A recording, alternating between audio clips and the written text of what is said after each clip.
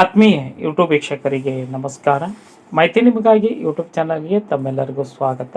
ಇದೊಂದು ಧ್ವನಿ ಮುದ್ರಣ ಪಾಠ. ಕನ್ನಡ ಸಾಹಿತ್ಯ ಚರಿತ್ರೆಯಲ್ಲಿ ಹಲವಾರು ಸಾಹಿತ್ಯ ಪ್ರಕಾರಗಳು, ಸಾಹಿತ್ಯ ರೂಪಗಳು, ಕಾವ್ಯ ಪ್ರಕಾರಗಳನ್ನು ನಾವು ಕಾಣುತ್ತೇವೆ.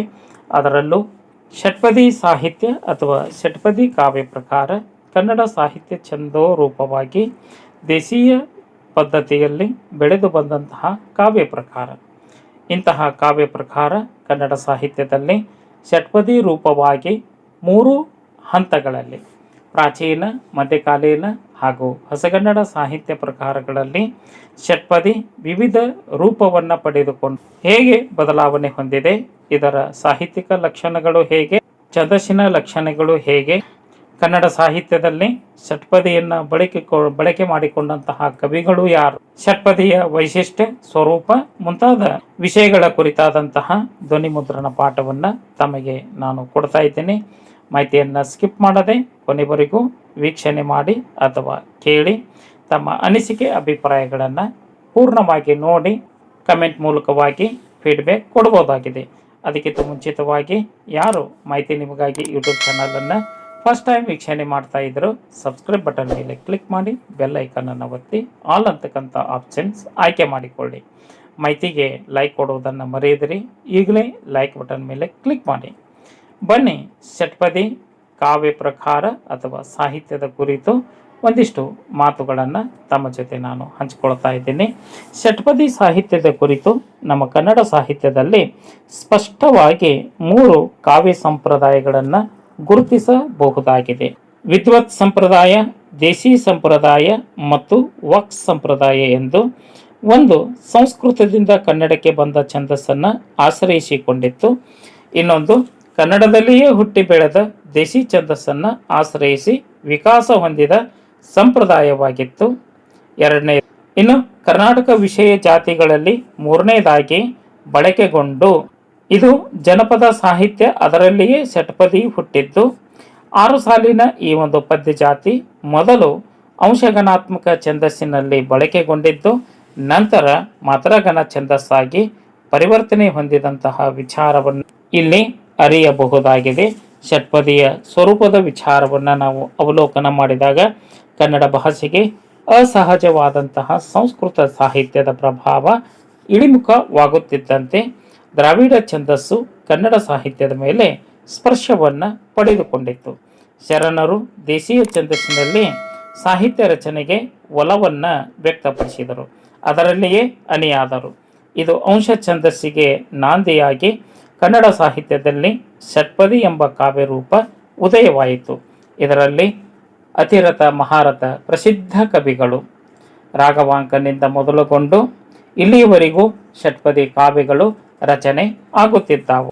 ಇಂತಹ ಷಟ್ಪದಿಯ ಕುರಿತಾಗಿ ಕವಿ ರಾಮಚಂದ್ರರು ಆದಿತ್ಯ ಪುರಾಣದಲ್ಲಿ ಈ ರೀತಿಯಾಗಿ ಷಟ್ಪದಿಯ ಸ್ವರೂಪವನ್ನು ವ್ಯಕ್ತಪಡಿಸುತ್ತಿದ್ದಾರೆ. 6 ಕಾಲುಗಳಿಂದ ನಡೆವಳು, 3 ಹೆಜ್ಜೆಗಳಿಂದ ರಂಜಿಸಿ, ಸಾರಿ ಡಂಗುರ ಹೂಯಿಸಿ, ಕವಿಗಳ ಆನೆ ನೆರವೆಂದು, ತೋರಿದುಕ್ತಿಯ ನದಿಕ ವೇಗದೆ, ತೋರಿ ಸೊಗಸನು ಬೀರಿ ಸುಖವನ್ನು, ಸೂರೆಗೊಟ್ಟಳು ಕೇಳಿದವರಿಗೆ ಭಾರತೀ ರನ್ನಿ. ಈ ಪದ್ಯದಲ್ಲಿ ಷಟ್ಪದಿ ಕಾವ್ಯದ ಸ್ವರೂಪ ಕೇಳುಗರಿಗೆ, ನೋಡುಗರಿಗೆ ಕಣ್ಣಿಗೆ ಕಟ್ಟುವಂತೆ ಕಾಣುತ್ತದೆ. ಈ ಷಟ್ಪದಿ ಗಮಕಿಗಳಿಗೆ ಸುಂದರವಾಗಿ ಹಾಡಲು, ಕವಿಗಳಿಗೆ ತಮ್ಮ ಸಾಹಿತ್ಯವನ್ನು ಅಭಿವ್ಯಕ್ತಗೊಳಿಸಲು ಹಾಗೂ ಧ್ವನಿಯನ್ನು ಏರಿಳಿತ ಮಾಡಲಿಕ್ಕೆ ಉತ್ತಮವಾದಂತಹ ಪದ್ಯ ಜಾತಿ ಎಂದರೆ ಅದು ಷಟ್ಪದಿ ಮಾತ್ರ. ಮಾತ್ರ ಸಂಖ್ಯೆಯ ಏರಿಳಿತದಿಂದ ಅದು ಆಯಾ ಕವಿಗಳಿಗೆ ಹೇಳಿ ಮಾಡಿಸಿದ ಕಾವ್ಯ ಛಂದಸ್ಸು ಈ ಷಟ್ಪದಿ ಆಗಿದೆ. ಈ ಷಟ್ಪದಿಯಲ್ಲಿ 6 ವಿಧಗಳನ್ನು ನಾವು ಕಾಣುತ್ತೇವೆ. ಶರ, ಕುಸುಮ, ಭೋಗ, ಭಾಮಿನಿ, ಪರಿವರ್ತಿನಿ, ವಾರ್ತಕ. ಈ 6 ಪ್ರಕಾರಗಳಲ್ಲಿ ಷಟ್ಪದಿಯ ಲಕ್ಷಣಗಳನ್ನು ಅವಲೋಕಿಸಬಹುದಾಗಿದೆ. ಸಾಹಿತ್ಯಿಕ ಷಟ್ಪದಿಯ ಲಕ್ಷಣಗಳನ್ನು ಈ ಕೆಳಗಿನಂತೆ ನಾವು ಗುರುತಿಸಬಹುದಾಗಿದೆ. ಷಟ್ಪದಿ ಸಾಹಿತ್ಯ ಮತ್ತು ಛಂದಸ್ಸಿನ ಸ್ವರೂಪ ಲಕ್ಷಣಗಳ ಕುರಿತು ಛಂದೋನುಶಾಸನ, ಮಾನಸೋಲ್ಲಾಸ, ಸಂಗೀತ ರತ್ನಾಕರ ಹಾಗೂ ಛಂದೋಬುದಿಯ ಹಿನ್ನೆಲೆಯಲ್ಲಿ ಷಟ್ಪದಿಯ ಸ್ವರೂಪವನ್ನು ಹಾಗೂ ಸಾಹಿತ್ಯದ ಲಕ್ಷಣಗಳನ್ನು ಈ ರೀತಿಯಾಗಿ ನಾವು ಗುರುತಿಸಬಹುದಾಗಿದೆ. 1. ಷಟ್ಪದಿಯು ಸರಳತೆಯಿಂದ ಕೂಡಿದ ಕಾವ್ಯ ಪ್ರಕಾರವಾಗಿದೆ. 2. ಷಟ್ಪದಿಯು ಪ್ರಾಚೀನ ಚಂಪು ಶೈಲಿಯನ್ನು ಬಿಟ್ಟು ದೇಶೀಯ ಶೈಲಿಯನ್ನು ಒಳಗೊಂಡಿದೆ. 3. ಷಟ್ಪದಿಯು ಕಥಾನಾತ್ಮಕ ಹಾಗೂ ಹಾಡುಗಬ್ಬವ ಕಾವ್ಯ ರೂಪವಾಗಿದೆ. 4ನೇದಾಗಿ ಷಟ್ಪದಿಯು ಗಮಕ ಶೈಲಿಯಲ್ಲಿ ಶಾಸ್ತ್ರೀಯವಾಗಿ ಹಾಡಲು ಯೋಗ್ಯವಾಗಿರುವ ಪದ್ಯಜಾತಿಯಾಗಿದ್ದು, ಷಟ್ಪದಿಯು ಭಕ್ತಿರಸ ವಿಷಯಗಳಿಗೆ ಹೇಳಿ ಮಾಡಿಸಿದ ಪದ್ಯಜಾತಿ ಆಗಿದೆ. ಕೊನೆಯದಾಗಿ ಷಟ್ಪದಿಯು ಪುರಾಣ ಹಾಗೂ ಜೀವನ ಚರಿತ್ರೆಗಳಿಗೆ ಸೂಕ್ತವಾದ ಸಾಹಿತ್ಯಿಕ ಮಾಧ್ಯಮವಾಗಿದೆ. ಇಂತಹ ಸಾಹಿತ್ಯಿಕ ಲಕ್ಷಣಗಳನ್ನು ಅವಲೋಕನ ಮಾಡಿದಾಗ ಷಟ್ಪದಿ ಸಾಹಿತ್ಯದ ಕೊಡುಗೆ ಕನ್ನಡ ನುಡಿಗೆ, ಕನ್ನಡ ಸಾಹಿತ್ಯ ಲೋಕಕ್ಕೆ ಹೇಗೆ ಎಂಬ ವಿಚಾರವನ್ನು ಸಂಕ್ಷಿಪ್ತವಾಗಿ ಅವಲೋಕನ ಮಾಡೋಣ. ಷಟ್ಪದಿ ಸಾಹಿತ್ಯ ಪ್ರಕಾರವು ಕನ್ನಡ ಸಾಹಿತ್ಯದಲ್ಲಿ ಮೊದಲು ಶಾಸನಗಳಲ್ಲಿ ಅಂಶಗಣಾತ್ಮಕ ಛಂದಸ್ಸಿನಲ್ಲಿ ಬಳಕೆಗೊಂಡಿದೆ. ಕ್ರಿಸ್ತಶಕ 1067ರಲ್ಲಿ ಭೀಮಸಮುದ್ರ ಶಾಸನದಲ್ಲಿ ಪ್ರಯೋಗಗೊಂಡಿದೆ. ಹಾಗೆಯೇ ಚಂದ್ರರಾಜನ ಮದನ ತಿಲಕ, ಶಾಂತಿನಾಥನ ಸುಕುಮಾರ ಚರಿತೆಯಲ್ಲಿ ಪ್ರಾರಂಭದ ಕಾವ್ಯಗಳ ಪ್ರಯೋಗ ಈ ಕೃತಿಗಳಲ್ಲಿ ಕಂಡುಬರುತ್ತದೆ. ನಂತರ ರಾಘವಾಂಕ ಕವಿಯು ತನ್ನ ಕಾಲಮಾನದಲ್ಲಿ ಷಟ್ಪದಿಯನ್ನ ಅಂಶಗಣಾತ್ಮಕ ಛಂದಸ್ಸಿನ ಬದಲಾಗಿ ಮಾತ್ರಗಣ ಸ್ವರೂಪದಲ್ಲಿ ಕಾವ್ಯವನ್ನ ರಚನೆ ಮಾಡಿದ್ದಾನೆ. ಆ ಕಾವ್ಯದ ಹೆಸರೇ ಹರಿಶ್ಚಂದ್ರ ಕಾವ್ಯ.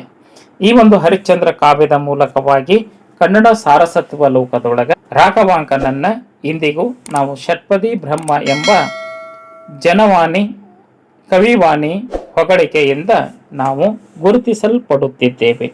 ಇದಲ್ಲದೆ ಕೆರೆಯ ಪದ್ಮರಸನ ಸಾನಂದ ಚರಿತೆ, ಲಕ್ಕನ್ನ ದಂಡೇಶನ ಶಿವತತ್ವ ಚಿಂತಾಮಣಿ, ಷಟ್ಪದಿ ಬ್ರಹ್ಮ ರಾಘವಾಂಕನ ಹರಿಶ್ಚಂದ್ರ ಕಾವ್ಯ, ಸಿದ್ಧರಾಮ ಚರಿತೆ, ಸೋಮನಾಥ ಚರಿತೆ, ಹಾಗೆಯೇ ಕುಮಾರವ್ಯಾಸ ಕವಿಯ ಕರ್ನಾಟ ಭಾರತ ಕಥಾಮಂಜರಿ ಅರ್ಥಾತ್ ಗದುಗಿನ ಭಾರತ, ಚಾಮರಸ ಕವಿಯ ಪ್ರಭುಲಿಂಗ ಲೀಲೆ, ಲಕ್ಷ್ಮೀಶನ ಜೈಮಿನಿ ಭಾರತ, ಕುಮಾರ ವಾಲ್ಮೀಕಿಯ ತೊರೆಯ ರಾಮಾಯಣ, ಭೀಮಕವಿಯ ಬಸವ ಪುರಾಣ, ಕನಕದಾಸರ ರಾಮಧಾನ್ಯ ಚರಿತೆ ಮತ್ತು ನಳಚರಿತೆ, ಸಾಹಿತ್ಯದ ಕೊನೆಯ ಕವಿ ಅರ್ಥಾತ್ ನಡುಗನ್ನಡ ಸಾಹಿತ್ಯದ ಕೊನೆಯ ಕವಿ, ಹೊಸಗನ್ನಡ ಸಾಹಿತ್ಯದ ಮುಂಗೋಳಿ ಪುರುಷ ಮುದ್ದನ್, ನಂದಳಿಕೆ ಲಕ್ಷ್ಮೀನಾರಾಯಣಪ್ಪ ರಚಿಸಿದ ಶ್ರೀರಾಮ ಪಟ್ಟಾಭಿಷೇಕ, ಹೀಗೆ ಮಧ್ಯಕಾಲೀನ ಅವಸ್ಥೆಯಲ್ಲಿ ಸುಮಾರು 488 ಕವಿಗಳು 582 ಷಟ್ಪದಿ ಕಾವ್ಯಗಳನ್ನು ರಚನೆ ಮಾಡಿ